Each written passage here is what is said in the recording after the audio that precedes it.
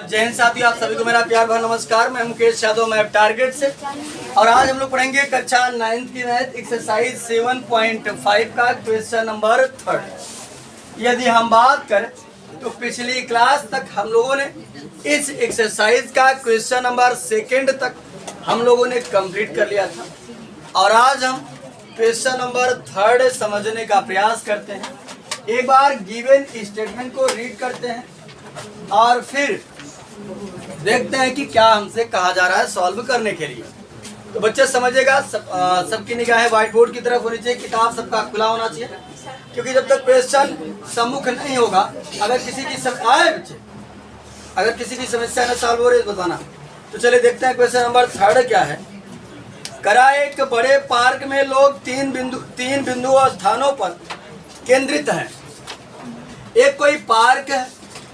अब ये पार्क हमको नहीं पता है कि ये पार्क जो है वो वृत्ताकार है, वर्गाकार है या आयताकार है।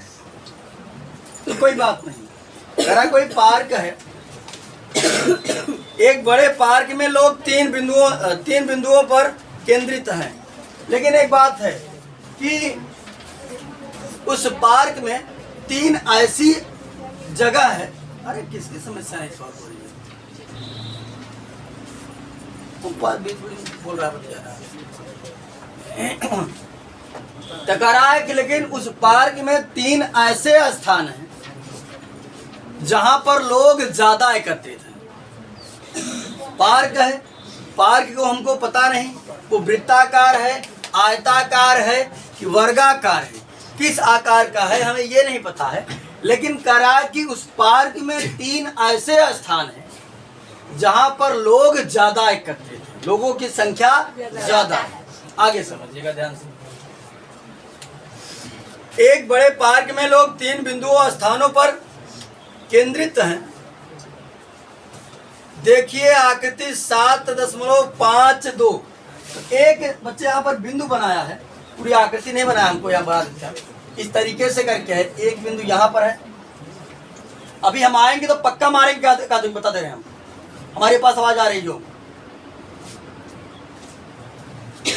एक बिंदु यहाँ पर ए है और एक बिंदु इधर कुछ करके ऐसे बी है और एक बिंदु ऐसा कुछ करके इधर से इधर सी है। तो कह रहा है, सॉरी यहाँ ए है, यहाँ बी, यहाँ सी। ठीक, तो ये ऐसे 3 बिंदु दिया है। कह रहा है एक बड़े पार्क में लोग 3 बिंदु स्थानों पर केंद्रित हैं। यानी एक बड़ा सा पार्क है, उस पार्क में काफी लोग हैं, लेकिन 3 ऐसा पॉइंट है जहां पर लोग ज्यादा एकत्रित हैं। तो सुनिएगा ध्यान से। करा देखिए आकृति 7.52 में, तो हमने आकृति ऐसा कुछ बना दिया 7.52। अब अगर हम बात करें तो बच्चे समझिएगा ध्यान से। हमसे कहा जा रहा है कि ए पॉइंट जो है, देखिए ए ये क्या बता रहा है, ए जहां बच्चों के लिए फिसल पट्टी और झूले हैं। जो ये ए वाला पॉइंट है, यहाँ क्या क्या जानते हैं, फिसल पट्टी और झूले। फिसल पट्टी आप जानते हैं, ऐसे ऊंचा सा होता है और जो छोटे छोटे बच्चे ऐसे ऐसे फिसलते ऐसे आते हैं। पार्क वगैरह में, मेले वालों में गए होंगे तो देखे होंगे। तो फिसल पट्टी है, फिसलते आते हैं ऐसे बच्चे, छोटे छोटे जो बच्चे होते हैं, बड़े वाले बच्चों के लिए नहीं फिसल पट्टी, वो छोटे बच्चे के लिए है। तो करा ए जहां बच्चों के लिए फिसल पट्टी और झूले, फिसल पट्टी और क्या है, झूले। बी आसान क्या है, जिसके पास मानव निर्मित एक झील है। ए बच्चे यहाँ समझे, ये बी जो है ये झील है, झील। और एक होता है प्राकृतिक झील, एक होता है मानव झील। वो मानव निर्मित झील जो मानव बना हुआ था। झील मतलब जान था, झील मतलब अपने भाषा में समझो बहुत बड़ा गड्ढा, अपने भाषा में बहुत बड़ा गड्ढा।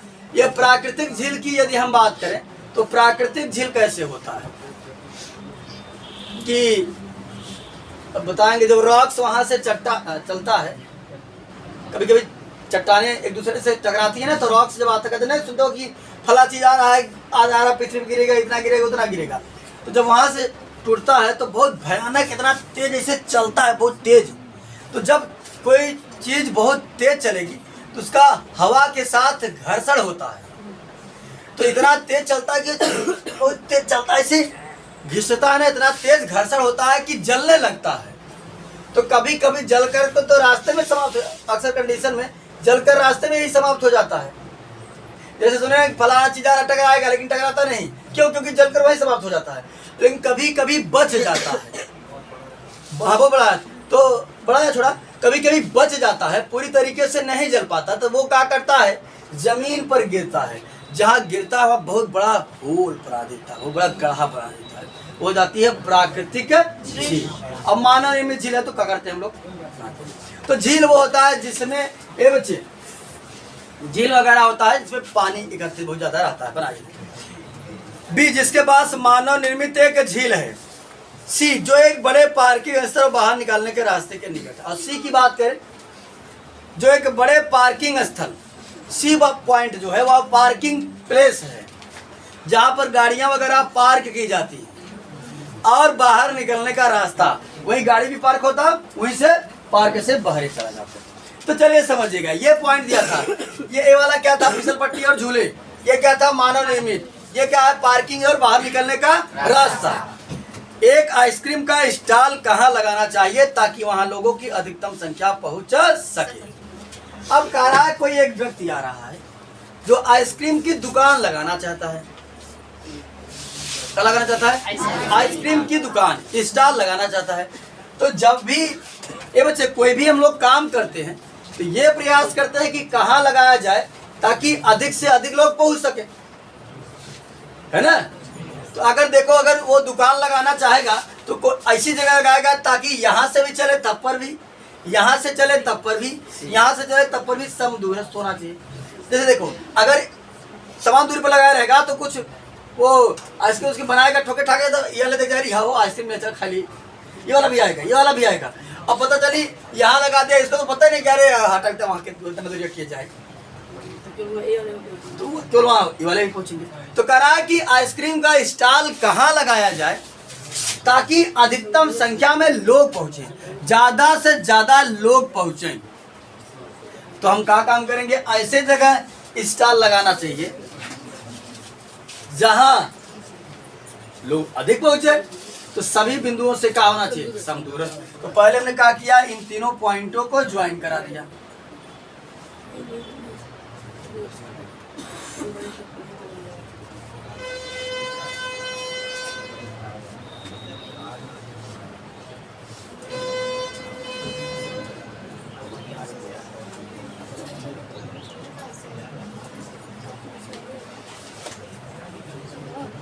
इन तीनों बिंदुओं को हमने ज्वाइन करा दिया तो एक त्रिभुज बन गया।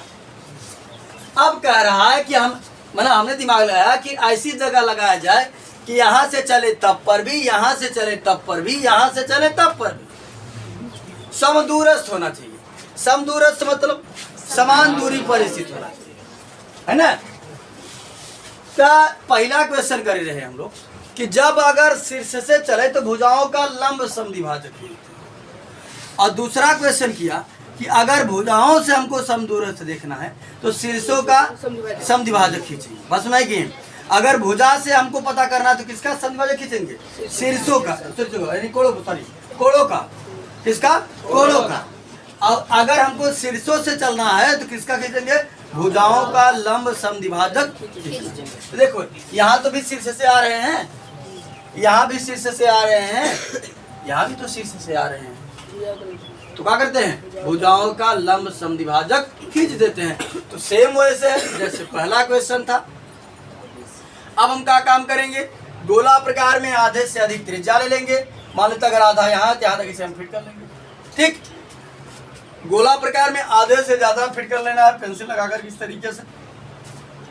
गोला प्रकार की नोकी को बी पर रखना है एक बार, और बी पर रख कर ऐसे करके घुमा देना है, ठीक। अरे उसके बाद एक बार सी पर रखकर घुमा देना है, ऐसे बी पर घुमा देना, बी वाला। अच्छा बाद सी पर रख कैसे घुमाएंगे, ये एक दूसरे को कहीं ना कहीं काट देगा, ठीक।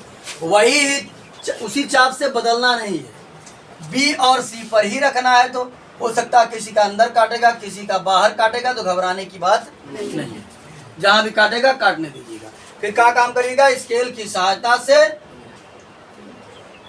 स्केल तो हमारे पास है नहीं, चले मान लेते ऐसे करके काटेगा।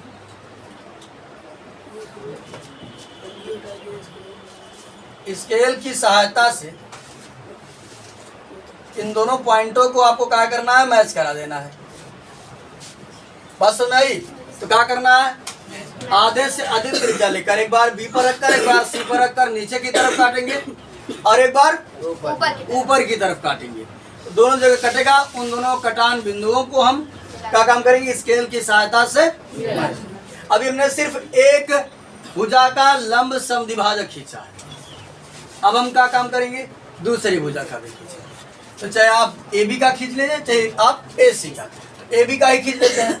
आधे से अधिक त्रिज्या ले लेंगे, अगर आधा इतना है तो इससे ज्यादा ले लेंगे। एक बार गोला प्रकार की नोकी को बी पर रखेंगे ऐसे, और एक बार ए पर रखेंगे ऐसे, कहीं न कहीं एक दूसरे को काटेगा। फिर उसी ही चाप से एक बार बी पर रखेंगे ऐसे, और एक बार ए पर रखेंगे, तो ऐसे कहीं काटेगा, अंदर बाहर जहां भी काटे घबराने की बात नहीं, काट रहा है तो काटने दीजिए बस। ठीक, फिर इसको भी हम क्या काम करेंगे, स्केल की सहायता से इसको भी हम लोग क्या काम करेंगे, मैच कर। हमारा देखता है, अरे हमारा देखकर मत मिटा देना कि सच मिटा दिए थे, हम स्केल वगैरह से नहीं। तो जो भी कटा रहेगा बिंदु, दोनों को क्या करेंगे, आप मिला देंगे, मैच करा देंगे। तो जब आप दोनों बिंदुओं को मैच कराएंगे, इसको इस रेखा को मैच कराएंगे, तो ये रेखाएं एक दूसरे को कहीं न कहीं इंटरसेक्ट करेंगी। ठीक, कहीं न कहीं एक दूसरे को काटेंगे, जहां काटेंगे उसका नाम दे दीजिएगा पी। वो पी वह बिंदु है जहां पर लगाया जाए, यहां से चलेंगे तब पर भी, यहां से चलेंगे तब पर भी, यहां से चलेंगे तब पर भी क्या होगा, समदूर। बस समय देखो, रचना समय है कि नहीं, पॉइंट तो आपको दिया ही है, तो पॉइंट देख करके बना दो, उसके बाद तीनों को मिला दो तो एक त्रिभुज बन जाएगा। फिर यहाँ समझिएगा, शीर्षों से चलना है, तो हमने आपको बताया था कि जब शीर्षों से चलना होता है तो भुजाओं का लंब समद्विभाजक खींचते हैं।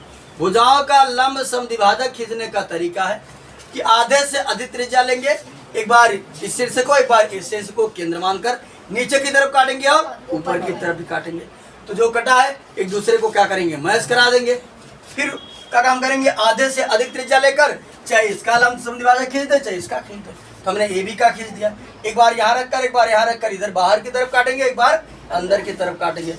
दोनों को मैच कराएंगे जब, ये रेखाएं एक दूसरे को कहीं न कहीं काटेंगी, जहाँ काटेंगी वही हमारा वह बिंदु हो जाएगा जो तीनों शीर्षों से क्या होगा, समदूरस्थ होगा। बस भाई, तो चलिए समझिएगा, रचना विधि का अब हम लिखेंगे।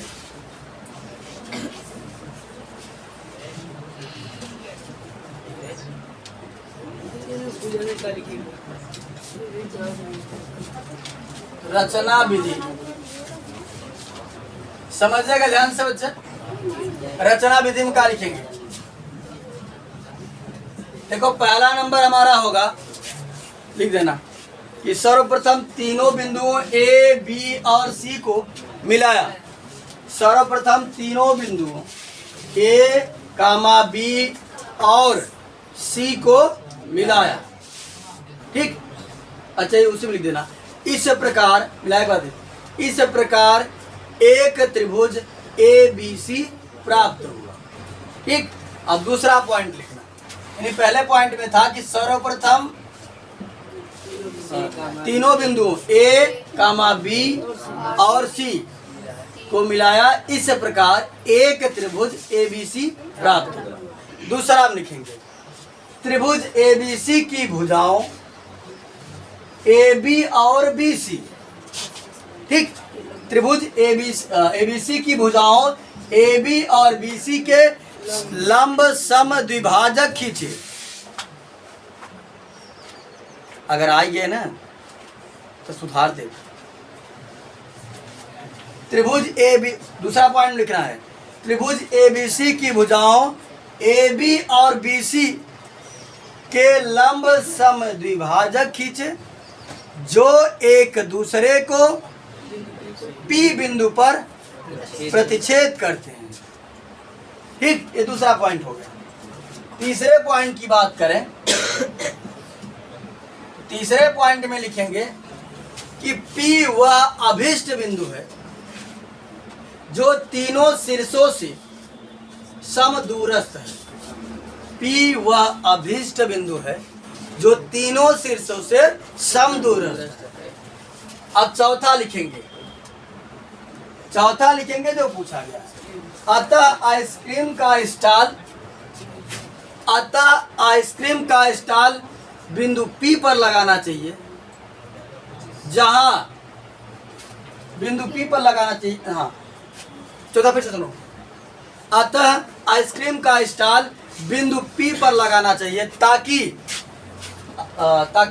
अधिक से अधिक लोग पहुंच सके।